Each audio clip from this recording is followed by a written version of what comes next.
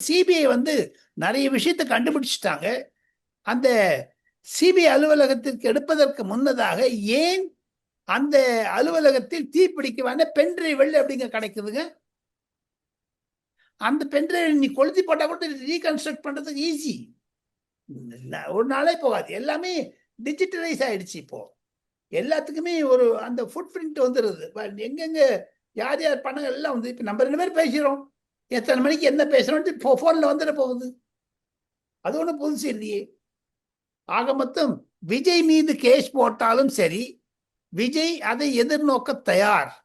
தமிழக வெற்றி கழகம் இதில் வெளிச்சத்துடன் பிரகாசத்துடன் அதிகமான ஒரு ஈர்வு பெற்று அதிகமான முயற்சிகளை எடுத்து பாருங்க. அவங்க சிஸ்டமேட்டிக்கா போயிட்டு இருக்காங்க.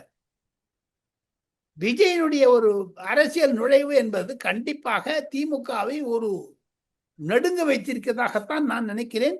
சிபிஐல வந்து டிபோசிஷன் விஜய் அவர்களை நேர போய் சொல்ல போற எனக்கு ஒரு நபர் மீது சந்தேகம் இருக்கிறது, மீதி எந்த இடத்துலையுமே இது மாதிரி ஆக்சிடென்ட் நடக்கல, இங்க ஒண்டி எப்படி ஆக்சிடென்ட் நடக்குதுன்னு ஒரு கம்ப்ளைண்ட் கொடுக்க போறாரு.